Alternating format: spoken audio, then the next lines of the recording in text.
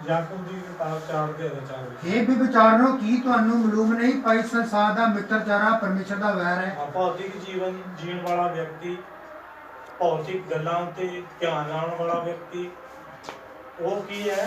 ਸਰੀਰਕ ਮਨਸ਼ਾਵਾਂ ਦੇ ਨਾਲ ਅਸੀਂ ਜਦੋਂ ਆਪਣੀ ਜ਼ਿੰਦਗੀ ਜੀਣਾ ਚਾਹੁੰਦੇ ਆ, ਇੱਥੇ ਲਿਖਿਆ ਕਹਿੰਦਾ ਜੋ ਸੰਸਾਰ ਦਾ ਮਿੱਤਰਤਾ, ਮਤਲਬ ਭੌਤਿਕਤਾ ਦੇ ਨਾਲ, ਜੇ ਤੁਸੀਂ ਭੌਤਿਕਤਾ ਨੂੰ ਪਸੰਦ ਕਰਦੇ ਹੋ, ਭੌਤਿਕ ਗੱਲਾਂ ਤੇ ਧਿਆਨ ਨਾ ਦਿਓ, ਸਰੀਰਕ ਮਨਸ਼ਾ ਤੁਸੀਂ ਰੱਖਦੇ ਹੋ, ਤਾਂ ਤੁਸੀਂ ਪਰਮੇਸ਼ਰ ਦੇ ਕੀ ਆ? ਫਿਰ ਬੜੇ ਭਾਜੀ ਕੀ ਲਿਖਿਆ? ਇਹ ਵੀ ਵਿਚਾਰ ਨੂੰ, ਇਹ ਵੀ ਵਿਚਾਰਨ ਦਾ ਮਤਲਬ, ਇਹ ਵਿਚਾਰਨ ਦਾ ਮਤਲਬ ਕੀ ਹੁੰਦਾ ਹੈ? ਪਰਮੇਸ਼ਰ ਨੂੰ ਛੱਡ ਕੇ ਭੌਤਿਕ ਚੀਜ਼ਾਂ ਤੇ ਡਿਪੈਂਡ ਰਹਿੰਦੇ ਤੁਸੀਂ, ਪਰਮੇਸ਼ਰ ਨੂੰ ਛੱਡ ਕੇ ਭੌਤਿਕ ਸੰਸਾਰ ਨਾਲ ਮੁਹੱਬਤ ਕਰਦੇ ਹੋ। ਵੀ ਵਿਚਾਰ ਕਿਸੇ ਵਿਅਕਤੀ ਨੂੰ ਕਿਹਾ ਜਾਂਦਾ ਪਤਾ? ਹਾਂਜੀ, ਇਹ ਹੈਗਾ ਪਤੀ, ਹੈਗੀ ਆ ਪਤਨੀ। ਜੇ ਇੱਕ ਪਤੀ ਜਾਂ ਪਤਨੀ ਕਿਸੇ ਤੀਸਰੇ ਪਰਸਨ ਦੇ ਨਾਲ ਕੋਈ ਰਿਸ਼ਤਾ ਰੱਖੇ, ਉਹਨੂੰ ਕੀ ਕਹਿੰਦੇ ਆ? ਬੇਵਿਚਾਰ। ਚਾਹੇ ਫੋਨ ਤੇ ਗੱਲ ਕਰੇ, ਹੋ ਫੋਨ ਤੇ ਗੱਲ ਕਰੇ, ਭਾਵੇਂ ਦੋਸਤ ਬਣਾ ਕੇ ਗੱਲ ਕਰੇ, ਕੁਛ ਵੀ ਗੱਲ ਕਰੇ, ਉਹ ਕੀ ਹੈ ਪਰਮੇਸ਼ਰ ਦੀ ਨਜ਼ਰ 'ਚ? ਜਿਹੜਾ ਕੋਈ ਥਰਡ ਪਰਸਨ ਦੇ ਨਾਲ ਬਿਨਾਂ ਮਤਲਬ ਦੇ ਰਿਸ਼ਤਾ ਰੱਖੇ, ਉਹਨੂੰ ਕੀ ਕਹਿੰਦੇ ਆ? ਹੁਣ ਸਾਡਾ ਪਰਮੇਸ਼ਰ ਕੀ ਹੈ? ਆਤਮਿਕ ਪਿਤਾ ਵੀ ਹੈ, ਪਤੀ ਵੀ ਹੈ, ਅਸੀਂ ਉਹਦੀ ਦੁਲਹਨ ਹਾਂ, ਤੋ ਸਾਡਾ ਕੀ ਹੈ? ਹੁਣ ਮੈਂ ਜੇ ਇਸ ਆਤਮਿਕ ਜੀਵਨ ਛੱਡ ਕੇ ਭੌਤਿਕ ਚੀਜ਼ਾਂ ਤੇ ਡਿਪੈਂਡ ਰਹਾਂ, ਤੇ ਮੈਂ ਕੀ ਬਣ ਜਾਂਦਾ ਫਿਰ? ਬੇਵਿਚਾਰ। ਪਰਮੇਸ਼ਰ ਦੇ ਨਾਲ ਕੀ ਕਰਦਾ? ਮੈਂ ਵਿਸ਼ਵਾਸਘਾਤ ਕਰਦਾ। ਕੀ ਕਰਦਾ? ਪਰਮੇਸ਼ਰ ਤੇ ਮੈਂ ਡਿਪੈਂਡ ਨਹੀਂ ਹਾਂ। ਜਦੋਂ ਮੈਂ ਪਰਮੇਸ਼ਰ ਤੇ ਨਿਰਭਰ ਨਹੀਂ ਆ, ਸੰਸਾਰ ਨਾਲ ਮੁਹੱਬਤ ਕਰਨਾ ਆ, ਤਾਂ ਫਿਰ ਮੈਂ ਪਰਮੇਸ਼ਰ ਨਾਲ ਮਿਲ ਨਹੀਂ ਸਕਦਾ। ਇੱਥੇ ਕੀ ਹੈ 7 ਵਚਨ ਦੇ ਵਿੱਚ? ਇਸ ਲਈ ਜੋ ਸਰੀਰਕ ਮਨਸ਼ਾ ਪਰਮੇਸ਼ਰ ਨਾਲ ਬਾਹਰ ਹੈ, ਕਿਉਂ? ਜੋ ਉਹ ਪਰਮੇਸ਼ਰ ਦੀ ਸ਼ਰ੍ਹਾ ਦੇ ਅਧੀਨ ਨਹੀਂ ਹੈ ਅਤੇ ਨਾ ਹੋ ਸਕਦੀ ਹੈ। ਪਰ ਜਿਹੜੇ ਆਤਮਿਕ ਹਨ, ਉਹ ਸੌਰੀ ਇਸ ਜਗ੍ਹਾ ਦੇ ਉੱਤੇ ਅਸੀਂ ਦੇਖਦੇ ਹਾਂ ਕਿ ਕਹਿੰਦਾ ਸਰੀਰਕ ਮਨਸ਼ਾ ਪਰਮੇਸ਼ਰ ਨਾਲ ਬੈਰ ਹੈ, ਕਿਉਂ? ਜੋ ਉਹ ਨਾ ਤਾਂ ਪਰਮੇਸ਼ਰ ਦੇ ਅਧੀਨ ਹੈ ਤੇ ਨਾ ਅਧੀਨ ਹੋ ਸਕਦੀ ਹੈ। ਔਰ ਤੁਸੀਂ ਇਸ ਨੂੰ ਅੱਗੇ ਜਿਹੜਾ ਅਸੀਂ 7 ਨੂੰ ਪੜਿਆ ਹੈ, 8 ਦਾ 7 ਤੇ ਇਹਦੇ ਵਿੱਚ ਦੂਜਾ ਹੈ, ਫਿਰ ਦੂਜਾ ਇਹਦਾ ਪੱਖ ਕੀ ਹੋ ਜਾਂਦਾ ਆ? ਪਰਮੇਸ਼ਰ ਨਾਲ ਬੈਰ। ਠੀਕ ਹੈ ਬੀਬੀ ਜੀ, ਜੇ ਮੈਂ ਪ੍ਰਭੂ ਨਾਲ ਮੇਲ ਕਰ ਲਿਆ ਆ, ਅਸੀਂ ਫਰਕ ਦੇਖ ਰਹੇ ਹਾਂ ਇੱਥੇ। ਇੱਕ ਵਿਅਕਤੀ ਸੰਸਾਰ ਨਾਲ ਮੇਲ ਰੱਖਦਾ ਆ ਹੈ, ਤੇ ਆਹ ਵਿਅਕਤੀ ਕਿਹਨਾਂ ਮੇਲ ਰੱਖਦਾ ਆ? ਆਤਮਿਕ ਪਰਮੇਸ਼ਰ ਨਾਲ ਮੇਲ ਰੱਖਦਾ ਹੈ। ਇਹ ਫਰਕ ਦੇਖ ਰਹੇ ਹਾਂ, ਤੇ ਇਸ ਕਰਕੇ ਬੜੇ ਸਰਲ ਹੈ, ਤੁਹਾਨੂੰ ਥੋੜੀ ਥੋੜੀ ਦੱਸ ਰਹੇ ਹਾਂ। ਅਗਲੇ ਚੌਥੇ ਪੁਆਇੰਟ ਤੇ ਚੱਲਦੀ ਭਾਈ 8 ਵਚਨ ਪੜ੍ਹੀਏ। ਅਤੇ ਜਿਹੜੇ ਸਰੀਰਕ ਹਨ ਉਹ ਪਰਮੇਸ਼ਰ ਨੂੰ ਪ੍ਰਸੰਨ ਕਰ ਨਹੀਂ ਸਕਦੇ ਹਨ। ਦੇਖ ਲਓ ਫਿਰ,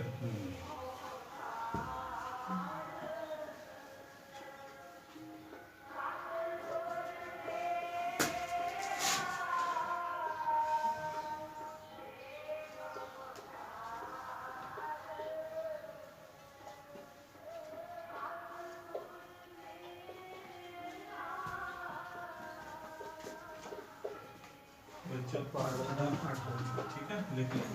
दूजी साइड भी अपन लिखना है, पहला इधर लिख लो। दूजी साइड तो तुसी लिख लेना उल्टा है, ਉਹਦਾ ਲਿੰਕ ਲਿਖ, ਉਲਟਾ ਕੀ ਬਣ ਜਾਣਾ? ਸਰੀਰਕ ਵਿਅਕਤੀ ਪਰਮੇਸ਼ਰ ਨੂੰ ਪਸੰਦ ਨਹੀਂ ਕਰ ਸਕਦਾ। ਇਹ ਉਲਟਾ ਕੀ ਬਣ ਜਾਣਾ? ਆਤਮਿਕ ਵਿਅਕਤੀ। ਆਤਮਿਕ ਵਿਅਕਤੀ ਪਰਮੇਸ਼ਰ ਨੂੰ ਪਸੰਦ ਕਰਦਾ ਹੈ। ਠੀਕ ਹੈ, ਉਹ ਲਿਖ ਲਓ। ਆਤਮਿਕ परमेश्वर ਨੂੰ ਪਸੰਦ ਕਰਦਾ ਹੈ। ਵਿਅਕਤੀ ਲਿਖ ਲੈਣਾ, ਮੈਂ ਵਿਅਕਤੀ ਨਹੀਂ ਲਿਖਿਆ, ਸ਼ਾਰਟ 'ਚ ਲਿਖ ਦਿੱਤਾ। ਆਤਮਿਕ ਵਿਅਕਤੀ ਪਰਮੇਸ਼ਰ ਲਿਖ ਦੇਣਾ, ਗਲਤ ਨਾ ਲਿਖ ਦੇਣਾ। ਵਿਅਕਤੀ ਪਰਮੇਸ਼ਰ ਨੂੰ ਕੀ ਕਰਦਾ ਹੈ? ਪ੍ਰਸੰਨ ਕਰਦਾ।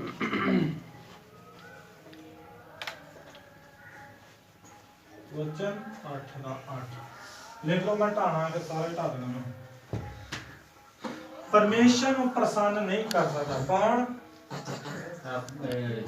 ਸਰੀਰਕ ਵਿਅਕਤੀ। ਇੱਕ ਬੰਦਾ ਯਿਸੂ ਕੋਲ ਆਇਆ, ਉਹਨੇ ਆਖਿਆ ਪ੍ਰਭੂ ਮੈਂ ਸਵਰਗ ਰਾਜ ਵਿੱਚ ਜਾਣ ਲਈ ਕੀ ਕਰਾਂ? प्रभु ने आख्या इदां कर, तू जो व्यवस्था च मूसा ने गल्लां लिखियां ओनू मन, तू अपने मां बाप दा आदर कर, चोरी ना कर, खून ना कर, जला ना कर। वो बड़े घमंड नाल ते फकर नाल आख्या प्रभु ये गल्लां तां मैं बचपन तो करदा रहा। ते प्रभु ने आख्या तेरे च एक कमी है। उन्हें आख्या केड़ी कमी है प्रभु? उन्हें आख्या जे ते तू मन लाया। उन्हें आख्या प्रभु केड़ी कमी? उन्हें आख्या जा चला जा अपना धन बेच अते कंगालां दे दे ते मेरे की आ जा पीछे आ जा। लिखिया वो उदास होके चला गया। ओनू ये गल बड़ी भैड़ी लगी क्योंकि उसदा मन किथे सी? धन पर, अपनी दौलत पे। तो जोचे की लिखिया तू लालच ना कर, उच की लिखिया तू अपने परमेश्वर दे नाल प्यार कर। प्रभु नहीं चाहता भी ਅਸੀਂ ਕੰਗਾਲ ਹੋ ਕੇ ਪ੍ਰਭੂ ਦੇ ਮਗਰ ਚੱਲੀਏ। ਪ੍ਰਭੂ ਇਦਾਂ ਕਿਤੇ ਨਹੀਂ ਕਹਿੰਦਾ। ਜੇ ਤੁਹਾਨੂੰ ਕਿਤੇ ਨਹੀਂ ਕਹਿੰਦਾ ਚਲੋ ਵੀ ਆਪਣੇ ਘਰ ਵੇਚ ਕੇ ਆ ਜਾਓ, ਸਾਰਾ ਕੁਝ ਛੱਡ ਕੇ ਮੇਰੇ ਘਰ ਦੇ ਵਿੱਚ ਬਹਿ ਜਾਓ ਤੇ ਉੱਥੇ ਤੁਹਾਨੂੰ ਰੋਟੀਆਂ ਦੇਵਾਂਗਾ, ਪ੍ਰਭੂ ਇਦਾਂ ਨਹੀਂ ਕਹਿੰਦਾ। ਲੇਕਿਨ ਉਹਨੇ ਬੜੀ ਗਰਵ ਨਾਲ ਇਹ ਗੱਲ ਕਹੀ ਸੀ ਕਿ ਮੈਂ ਤਾਂ ਇਹ ਸਾਰੀਆਂ ਗੱਲਾਂ ਪ੍ਰਭੂ ਕਹਿੰਦਾ ਮੈਂ ਇੱਕ ਗੱਲ ਮਨਾ ਲੈਂਦਾ ਤੇ ਤੋਂ ਇੱਕ ਗੱਲ ਮੰਨੀ ਨਹੀਂ ਗਈ। ਉਹਨੇ ਪਹਿਲ ਕਿਹਨੂੰ ਦਿੱਤੀ? ਪੈਸੇ ਨੂੰ, ਸਰੀਰਕ ਅਭਿਲਾਸ਼ਾ। ਉਹਨੇ ਆਖਿਆ ਪ੍ਰਭੂ ਇਹ ਨਹੀਂ ਹੋ ਸਕਦਾ। ਤਾਂ ਯਿਸੂ ਨੇ ਆਖਿਆ ਧਨੀ ਦਾ ਸਵਰਗ ਰਾਜ ਦੇ ਵਿੱਚ ਵੜਨਾ ਕਿੰਨਾ ਔਖਾ ਹੈ, ਕਿਉਂਕਿ ਜਿੱਥੇ ਤੇਰਾ ਧਨ ਤੇ ਉੱਥੇ ਤੇਰਾ ਮਨ ਹੋਏਗਾ। ਤੇ ਜਿਹੜੇ ਆਤਮਿਕ ਪਰਸਨ ਹੁੰਦੇ ਆ, ਇੱਕ ਬੰਦਾ ਬੈਠਾ ਚੁੰਗੀ ਲੈਂਦਾ, ਉਹਦਾ ਨਾਮ ਮੱਤੀ ਮਸੂਦੀ ਹੈ। ਉਹਨੂੰ ਆਖਿਆ ਪ੍ਰਭੂ ਨੇ ਕਿ ਮੇਰੇ ਮਗਰ ਹੋਲੇ ਮਗਰਾ। ਇਹਨੇ ਨਾ किंतु किया ना परंतु जो आ गया गुरु जी। अच्छा की करता पिया सी चुंगी ते बैठा? पैसे लेंदा है, टैक्स लेंदा है। टी एक्स हुंदा टी, हां बस सही, टैक्स कलेक्टर सीगा। की सीगा है? Tax collector. नौकरी करता पिया सी, अपनी शाही जिंदगी जी रिहा सी, मती मसूलीए दा नाम सी। लेकिन इहनू यहूदी पसंद नहीं करते सी क्योंकि मसूल लैण वाले नू प्रभु ने इहनू की दित्ती? आवाज दित्ती। कहना था जो आ गया। अच्छा चेले मच्छियां ਕੱਢ ਰਹੇ ਸੀਗੇ, ਜਾਲਾਂ ਨੂੰ ਸੁਧਾਰ ਰਹੇ ਸੀ। ਚਾਰ ਭਰਾ ਕਿਨਾਰੇ ਗਲੀਲ ਦੇ ਬੈਠੇ ਸੀ। ਪ੍ਰਭੂ ਨੇ ਆਖਿਆ ਪਤਰਸ ਮੇਰੇ ਕੀ ਆ, ਯੋਹੰਨਾ ਮੇਰੇ ਕੀ ਆ ਜਾਓ ਪਿੱਛੇ ਹੋ ਲੈ। ਥਣੇ ਜਾਲ ਥਣੇ ਆਪਣੇ ਪਿਓ ਨੂੰ ਛੱਡ ਕੇ ਕਿੱਥੇ ਚਲ ਗਏ? ਪ੍ਰਭੂ ਦੇ। ਪਤਰਸ ਨੇ ਆਖਿਆ ਪ੍ਰਭੂ ਅਸੀਂ ਸਾਰਾ ਕੁਝ ਛੱਡ ਕੇ ਤੇਰੇ ਮਗਰ ਚੱਲੇ, ਸਾਨੂੰ ਕੀ ਮਿਲੂ? ਯਿਸੂ ਨੇ ਆਖਿਆ ਤੁਸੀਂ ਸਵਰਗ ਤੇ 12 ਸਿੰਘਾਸਨਾਂ ਤੇ ਬੈਠ ਕੇ ਇਸਰਾਇਲ ਦਾ ਕੀ ਕਰੋਗੇ? ਨਾਮ ਕਰੋਗੇ। ਉਹਨਾਂ ਨੇ ਕਿਹਨੂੰ ਖੁਸ਼ ਕੀਤਾ? ਪਰਮੇਸ਼ਰ ਨੂੰ। ਇਹ ਹੈ ਆਤਮਿਕਤਾ। ਇਹ ਕੀ ਹੈ ਭੈਣ? ਆਤਮਿਕਤਾ। ਇਹ ਜਿਹੜੇ ਭੌਤਿਕ ਵਿਅਕਤੀ ਹੈ, ਭੌਤਿਕ ਚੀਜ਼ਾਂ ਦੀ ਚਿੰਤਾ ਕਰਦੇ, ਇਸ ਕਰਕੇ ਪਰਮੇਸ਼ਰ ਨੂੰ ਪ੍ਰਸੰਨ ਨਹੀਂ ਕਰ ਸਕਦੇ। ਬਾਈਬਲ 'ਚ ਲਿਖਿਆ ਹੈ, ਪਹਿਲਾ ਕੁਰਿੰਥੀਆਂ 10 ਦੇ ਵਿੱਚ ਲਿਖਿਆ ਪਰਮੇਸ਼ਰ ਉਹਨਾਂ ਤੋਂ ਖੁਸ਼ ਨਹੀਂ ਸੀਗਾ। ਇਹ ਪੜ੍ਹੀਏ, ਜਲਦੀ ਪੜ੍ਹਦੇ ਹਾਂ। ਜਿਹੜੇ ਮਿਸਰ ਤੋਂ ਚੱਲ ਕੇ ਕਨਾਨ ਨੂੰ ਜਾ ਰਹੇ ਸੀ, ਜਦੋਂ ਪਰਮੇਸ਼ਰ ਉਹਨਾਂ ਨੂੰ ਛੁਡਾ ਕੇ ਲਿਆਇਆ ਜੰਗਲ ਵਿੱਚੋਂ, ਤੇ ਕੀ ਹੋਇਆ ਸੀ? ਪਰਮੇਸ਼ਰ ਲਿਖਿਆ ਬਾਲਿਆਂ ਨਾਲ ਕੀ ਨਹੀਂ ਸੀਗਾ? ਪ੍ਰਸੰਨ ਨਹੀਂ ਸੀ। ਕਿਉਂ ਪ੍ਰਸੰਨ ਨਹੀਂ ਸੀ? ਉਹ ਕਹਿੰਦੇ ਸੀ ਮੂਸਾ ਤੂੰ ਕਿੱਥੇ ਮਰਨ ਲਈ ਲੈ ਆਇਆ ਜੰਗਲ 'ਚ? ਮਿਸਰ 'ਚ ਤਾਂ ਸੀ ਅਦਰਕ ਖਾਂਦੇ ਸੀ, ਲਸਣ ਖਾਂਦੇ ਸੀ, ਮਾਂਸ ਖਾਂਦੇ ਸੀ, ਸਾਰਾ ਸੁੱਖ ਵਧੀਆ ਜੀ ਰਹੇ ਸੀ ਅਸੀਂ। ਤੂੰ ਸਾਨੂੰ ਕਿੱਥੇ ਲੈ ਆਇਆ ਮਰਨ ਦੇ ਲਈ? ਕਿਉਂਕਿ ਉਹਨਾਂ ਦਾ ਧਿਆਨ ਕਿੱਥੇ ਸੀ? ਭੌਤਿਕ ਜੀਵਨ ਜੀਣ ਦੇ ਉੱਤੇ। ਕੁਝ ਪਰਸਨ ਸੀ ਜਿਹੜੇ ਕਿਹੜਾ ਜੀਵਨ ਜੀ ਰਹੇ ਸੀ? ਆਤਮਿਕ। ਉਹ ਕਹਿੰਦੇ ਸੀ ਯਾਰ ਤੁਸੀਂ ਤੁਹਾਡੇ ਲਈ ਪ੍ਰਭੂ ਨੇ ਸਮੁੰਦਰ ਚੀਰ ਦਿੱਤਾ, ਉਹ ਤੁਹਾਨੂੰ ਰੋਟੀ ਨਹੀਂ ਦੇਗਾ। ਇਸੇ ਕਰਕੇ ਇੱਥੇ ਕੁਰਿੰਥੀਆਂ ਦਾ 10:5 ਵਿੱਚ ਲਿਖਿਆ ਬਾਲਿਆਂ ਨਾਲ ਪਰਮੇਸ਼ਰ ਕੀ ਨਹੀਂ ਸੀਗਾ? ਖੁਸ਼ ਨਹੀਂ ਸੀ। ਅੱਜ ਹੋ ਸਕਦਾ ਅਸੀਂ ਇੱਥੇ ਜਿੰਨੇ ਬੈਠੇ ਹਾਂ, ਕੀ ਪਤਾ ਪ੍ਰਭੂ ਤੁਹਾਡੇ ਤੋਂ ਜਾਂ ਮੇਰੇ ਤੋਂ ਕਿਸੇ ਤੋਂ ਕੀ ਨਾ ਹੋਵੇ, ਖੁਸ਼ ਨਾ ਹੋਵੇ। ਤੁਹਾਡਾ ਔਰ ਮੇਰਾ ਧਿਆਨ ਹੋ ਸਕਦਾ ਇਸ ਚੀਜ਼ ਤੇ ਹੋਵੇ। ਜਿਸ ਚੀਜ਼ ਤੇ ਹੈਗਾ ਤਾਂ ਹੋ ਸਕਦਾ ਉਹ ਤੁਹਾਡੇ ਤੋਂ ਕੀ ਨਹੀਂ ਹੈਗਾ? ਮੈਨੂੰ ਜਾਂਚਣ ਦੀ ਲੋੜ ਹੈ ਆਪਣੇ ਆਪ ਨੂੰ, ਮੈਨੂੰ ਪਰਖਣ ਦੀ ਲੋੜ ਹੈ ਆਪਣੇ ਆਪ ਨੂੰ ਕਿ ਪ੍ਰਭੂ ਮੈਂ ਆਤਮਿਕ ਵਿਅਕਤੀ ਹਾਂ ਜਾਂ ਸਰੀਰਕ ਵਿਅਕਤੀ ਹਾਂ। ਪ੍ਰਭੂ ਮੈਂ ਆਤਮਿਕ ਗੱਲਾਂ ਤੇ ਧਿਆਨ ਲਾਉਣਾ ਕਿ ਸਰੀਰਕ ਗੱਲਾਂ ਤੇ ਧਿਆਨ? ਪ੍ਰਭੂ ਮੈਂ ਕਿਸ ਉੱਤੇ ਧਿਆਨ ਲਾਉਣਾ? ਮੈਂ ਤਾਂ ਨਹੀਂ ਵਿਅਕਤੀ ਵਰਗਾ ਤਾਂ ਨਹੀਂ ਜਿਹੜਾ ਨਾਰਾਜ਼ ਹੋ ਕੇ ਕਿੱਥੇ ਚਲਾ ਗਿਆ? ਇੱਕ ਵਿਅਕਤੀ ਨੂੰ ਪ੍ਰਭੂ ਨੇ ਆਖਿਆ, ਉਹਨੇ ਆਖਿਆ ਪ੍ਰਭੂ ਜੀ ਮੈਂ ਤੇਰੇ ਕੀ ਆਉਣਾ ਚਾਹਣਾ? ਯਿਸੂ ਨੇ ਆਖਿਆ ਆਕਾਸ਼ ਦੇ ਪੰਛੀਆਂ ਨੇ ਆਉਣੇ ਆ, ਅਤੇ ਉਹਨਾਂ ਦੇ ਸਿਰ ਢੱਕਣ ਲਈ ਕੀ ਹੈ? ਮੇਰੇ ਲਈ ਤਾਂ ਸਿਰ ਢੱਕਣ ਨੂੰ ਯਕੀਨ ਨਹੀਂ ਹੈਗੀ। ਉਹਨੇ ਆਖਿਆ ਯਾਰ ਤਾਂ ਆਪ ਨੰਗਾ ਫਿਰਦਾ ਇਹਦੇ ਸਾਨੂੰ ਕੀ ਰੋਟੀ ਦੇਣੀ ਹੈ? ਕਿਉਂਕਿ ਕਿਹੜਾ ਵਿਅਕਤੀ ਸੀਗਾ ਉਹ? ਉਹਦਾ ਧਿਆਨ ਕਿੱਥੇ ਸੀ? ਸਰੀਰ ਗੱਲਾਂ ਜਦੋਂ ਪਤਰਸ ਨੂੰ ਆਵਾਜ਼ ਮਾਰੀ ਉਹਨੇ ਨੇ ਪੁੱਛਿਆ ਪ੍ਰਭੂ ਤੇਰੇ ਕੋਲ ਕੀ ਹੈ? ਉਹਨੇ ਬਾਸ ਪ੍ਰਭੂ ਦੇ ਮਗਰ ਕੀ ਹੋ ਗਏ ਹੋ? ਠੀਕ ਹੈ। 4 ਪੰਜਵੀਂ ਗੱਲ ਪੜ੍ਹੀਏ 8 ਦਾ 9 ਵਚਨ।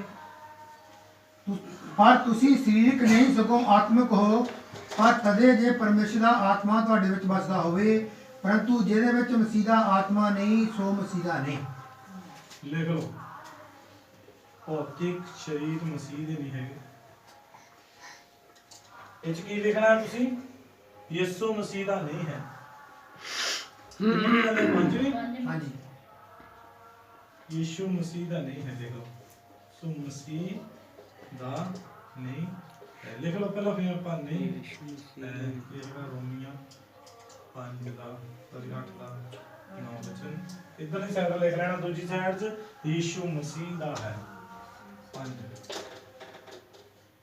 ਪ੍ਰਭੂ ਯਿਸੂ ਮਸੀਹ ਦਾ ਹੈ।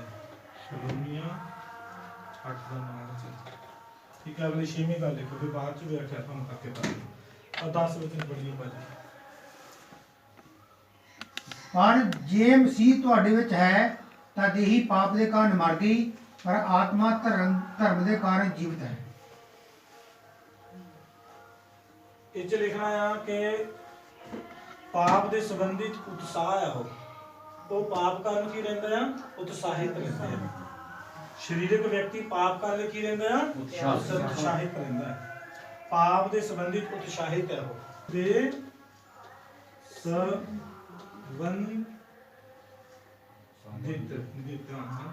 ਸੰਬੰਧਿਤ ਮਰਿਆ ਹੋਇਆ ਹੈ। ਮਰਿਆ ਹੋਇਆ ਹੈ। ਵਚਨ ਕਿੰਨਾ ਹੈ? ਰੋਮੀਆਂ 8 ਦਾ 10। ਲਿਖ ਲਓ ਫਿਰ ਆਪਾਂ ਗੱਲ ਕਰਦੇ ਹਾਂ।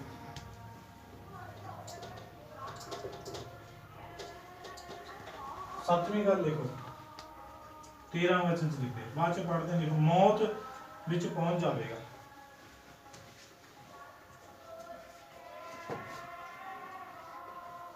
ਮੌਤ ਵਿੱਚ ਪਹੁੰਚ ਜਾਵੇਗਾ। ਬੋਰਡ ਥੋੜਾ ਜਿਹਾ ਉੱਚਾ ਕਰਨਾ। ਰੋਮੀਆਂ 8 ਦਾ 13। ਇਧਰਲਾ ਕੀ ਲਿਖਾਣਾ? ਇਧਰਲਾ ਹਮੇਸ਼ਾ ਲਈ ਜੀਵਤ ਰਹੇਗਾ। ਹਮੇਸ਼ਾ ਲਈ ਜੀਵਤ ਰਹੇਗਾ। ਜੀਵਤ ਰਹੇਗਾ। 8 ਦਾ 13 ਵਚਨ ਲਿਖੋ। ਠੀਕ ਹੈ। ਜੇ ਲਿਖ ਲਿਆ ਤਾਂ ਫਿਰ ਆਪਾਂ ਪੜ੍ਹਦੇ ਹਾਂ। ਬ੍ਰਦਰ ਜੀ ਪੜ੍ਹੀਏ ਅਸੀਂ ਕਿਹੜਾ ਆਪਾਂ ਦੇਖਣਾ? 6ਵਾਂ ਦੇਖਣਾ ਹੈ ਨਾ?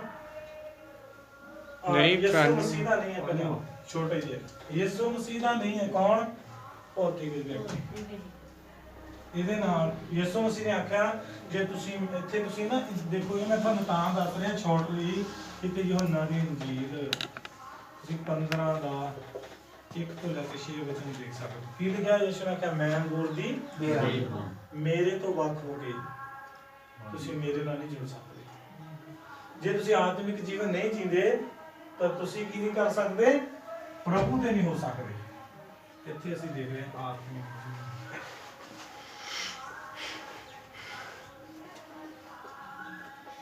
ਠੀਕ ਹੈ ਮੇਰੇ ਕੋਲ ਕੀ ਲਿਖਿਆ ਇੱਥੇ? ਪੰਜਵੀਂ ਗੱਲ ਉਹ ਮਸੀਹ ਦਾ ਨਹੀਂ। ਕੌਣ ਮਸੀਹ ਦਾ ਨਹੀਂ ਹੈ? ਜਿਹਦੇ ਵਿੱਚ ਪਵਿੱਤਰ ਆਤਮਾ ਨਹੀਂ ਹੈ। ਜਿਹਦੇ ਵਿੱਚ ਹਾਂਜੀ ਪੜ੍ਹੀਏ ਤੇ ਦੇਖੀਏ ਉਹੀ ਗੱਲ ਲਿਖੀ ਹੋਣਾ 9 ਦਾ 8 ਦਾ 9 ਚ ਲਿਖਿਆ ਆ ਕਿ ਸਗੋਂ ਤੁਸੀਂ ਸਰੀਰਕ ਨਹੀਂ ਸਗੋਂ ਆਤਮਿਕ ਹੋ, ਪਰ ਤਦੇ ਜੇ ਪਰਮੇਸ਼ਰ ਦਾ ਆਤਮਾ ਤੁਹਾਡੇ ਵਿੱਚ ਵਸਦਾ। ਜੇ ਮੇਰੇ ਵਿੱਚ ਪਵਿੱਤਰ ਆਤਮਾ ਹੈ ਤਾਂ ਮੈਂ ਭੌਤਿਕ ਨਹੀਂ ਹੋ ਸਕਦਾ। ਮੈਂ ਕੀ ਹੋ ਸਕਦਾ ਹਾਂ? ਆਤਮਿਕ। ਮੈਂ ਫਿਰ ਕਿਹਦਾ ਆ? ਮਸੀਹ ਦਾ। ਕਿਉਂਕਿ ਮੇਰੇ ਵਿੱਚ ਕੀ ਹੈ? ਪਵਿੱਤਰ ਆਤਮਾ। ਸ਼ਾਰਟ ਵਿੱਚ ਤੁਸੀਂ ਲੈ ਸਕਦੇ ਹੋਲੀ ਸਪਿਰਿਟ। ਪਵਿੱਤਰ ਆਤਮਾ ਮੇਰੇ ਵਿੱਚ। मैं इसलिए मसीह दा हां क्योंकि मेरे विच की आ ਪਵਿੱਤਰ ਆਤਮਾ यीशु ने आख्या मैं ਤੁਹਾਨੂੰ अनाथ ਨਹੀਂ ਛੱਡਾਂਗਾ मैं ਤੁਹਾਡੇ ਨਾਲ ਰਹਾਂਗਾ मैं ਤੁਹਾਡੇ ਵਿੱਚ ਰਹਾਂਗਾ ਅਤੇ ਤੁਸੀਂ ਮੇਰੇ ਵਿੱਚ ਰਹੋਗੇ ਕਿਹਦੇ ਦੁਆਰਾ ਪਵਿੱਤਰ ਆਤਮਾ ਦੇ ਦੁਆਰਾ ਹੁਣ ਇਹ ਪਵਿੱਤਰ ਆਤਮਾ ਵਿੱਚ ਆ ਇਸ ਕਰਕੇ ਮੈਂ ਯਿਸੂ ਮਸੀਹ ਦਾ ਹਾਂ ਅਤੇ ਇਹ ਭੌਤਿਕ ਵਿਅਕਤੀ ਮਸੀਹ ਦਾ ਨਹੀਂ ਹੈ ਕਿਉਂਕਿ ਮਸੀਹ ਨਾਲ ਜੁੜਿਆ ਨਹੀਂ ਜਦੋਂ ਮਸੀਹ ਨਾਲ ਜੁੜਿਆ ਨਹੀਂ ਤੇ ਇਹਦੇ ਵਿੱਚ ਪਵਿੱਤਰ ਆਤਮਾ ਨਹੀਂ ਜਦੋਂ ਇਹ ਪਵਿੱਤਰ ਆਤਮਾ ਦੀ ਗੱਲ ਨਹੀਂ ਮੰਨਦਾ ਜਦੋਂ ਇਹ ਪਰਮੇਸ਼ਰ ਦੇ ਵਚਨ ਨੂੰ ਫੋਲੋ ਨਹੀਂ ਕਰਦਾ ਜਦੋਂ ਚਾਹੇ ਉਹ ਚਾਹਦਾ ਕੋਈ ਗੱਲ ਨਹੀਂ ਚਾਹਣਾ ਨਹੀਂ ਮਾਇਨੇ ਰੱਖਦਾ ਯਿਸੂ ਮਸੀਹ ਦੇ ਮਗਰ ਵੀ 4 ਤਰ੍ਹਾਂ ਦੇ ਲੋਕ ਤੁਹਾਨੂੰ ਦੱਸੇ ਸੀ ਕਿ ਕਿੰਨੇ ਤਰ੍ਹਾਂ ਦੇ ਲੋਕ ਹੈ 4 ਆਉਂਦੇ ਸੀ ਜਾਂਦੇ ਸੀ ਆਉਂਦੇ ਸੀ ਜਾਂਦੇ ਸੀ ਪਰ ਉਹਨਾਂ ਚ ਇੱਕੋ ਹੀ ਵਿਅਕਤੀ ਇਦਾਂ ਦਾ ਸੀ ਜਿਹੜਾ ਆਤਮਿਕ ਗੱਲਾਂ ਤੇ ਕੀ ਲਾਉਂਦਾ ਸੀ ਕੋਈ ਚੇਲੇ ਸੀ ਕੁਝ ਹੋਰ ਪਰਸਨ ਸੀ ਥੋੜੇ ਜਿਹੇ ਤੇ ਲੇਕਿਨ ਇਹ ਵਿਅਕਤੀ ਇਸ ਕਰਕੇ ਪ੍ਰਭੂ ਕਹਿੰਦਾ ਮੇਰਾ ਉਹਦੇ ਨਾਲ ਕੋਈ ਵੀ ਰਿਸ਼ਤਾ ਨਹੀਂ ਬਾਈਬਲ ਜਿੱਦਾਂ ਵੀ ਲਿਖਿਆ ਪ੍ਰਭੂ ਨੇ ਆਖਿਆ ਜਿਹੜਾ ਮੇਰੇ ਵਿੱਚ ਨਹੀਂ ਹੈਗਾ ਉਹਦੇ ਨਾਲ ਮੇਰਾ ਕੋਈ ਕੀ ਨਹੀਂ ਹੈਗਾ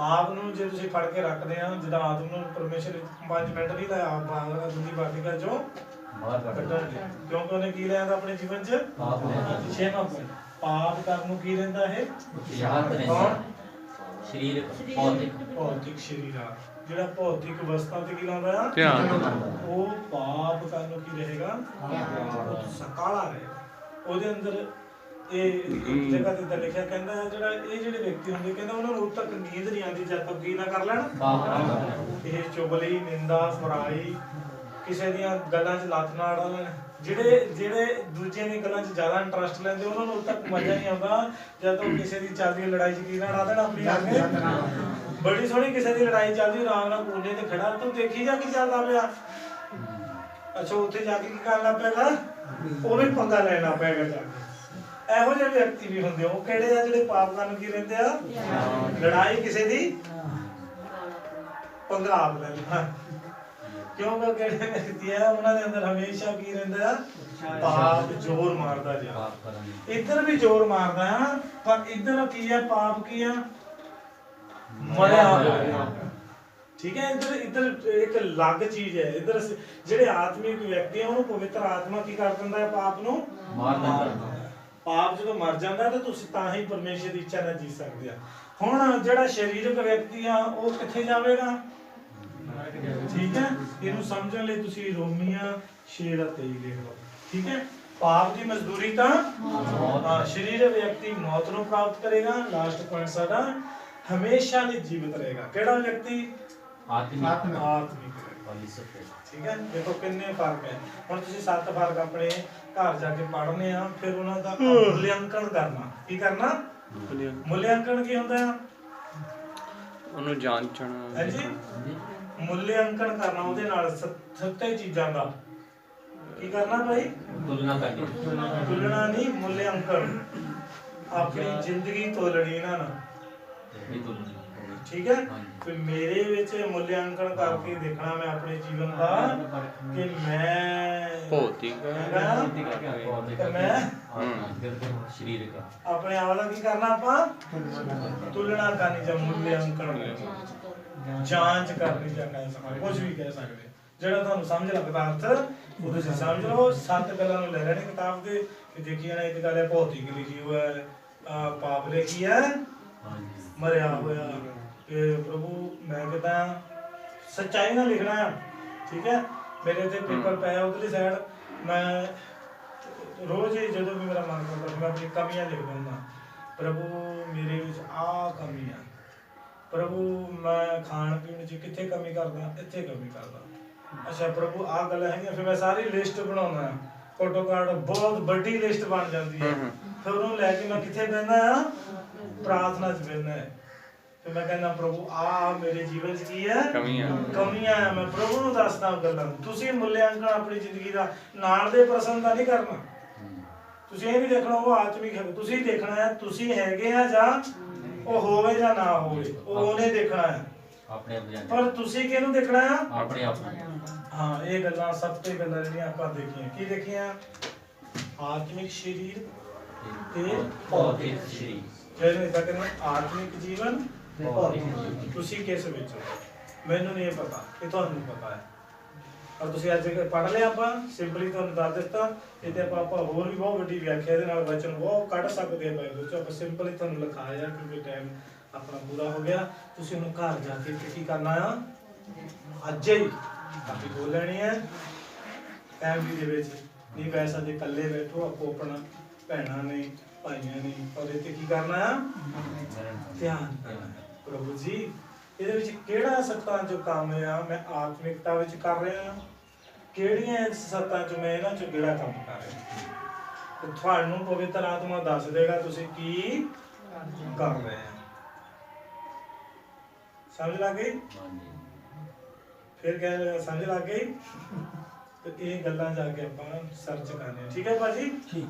ਤੇ ਜਦੋਂ ਮੈਂ ਅਗਲੇ ਐਤਵਾਰ ਨੂੰ ਪੁੱਛਾਂ ਤੁਹਾਨੂੰ ਵੀ ਮੁੱਲਿਆਂਕਣ ਕੀਤਾ ਸੀ, ਤਾਂ ਫਿਰ ਉਦੋਂ ਮੈਂ ਤੁਹਾਨੂੰ ਪੁੱਛਣਾ ਹੈ, ਤੇ ਫਿਰ ਤੁਸੀਂ ਉਦੋਂ ਦੇਖ ਸਕਦੇ ਹੋ, ਗਵਾਹੀ ਦੇ ਸਕਦੇ ਹੋ। ਮੈਂ ਜਦੋਂ ਮੁੱਲਿਆਂਕਣ ਕੀਤਾ ਮੈਨੂੰ ਆਪਣੇ ਜੀਵਨ 'ਚ ਬਹੁਤ ਸਾਰੀਆਂ ਕੀ ਲੱਗੀਆਂ, ਜਾਂ ਮੈਨੂੰ ਲੱਗਾ ਮੈਂ ਸੱਤਾਂ ਤੇ ਕੀ ਚੱਲਦਾ ਪਿਆ ਆ, ਖਰਾ ਚੱਲਦਾ ਪਿਆ ਆ।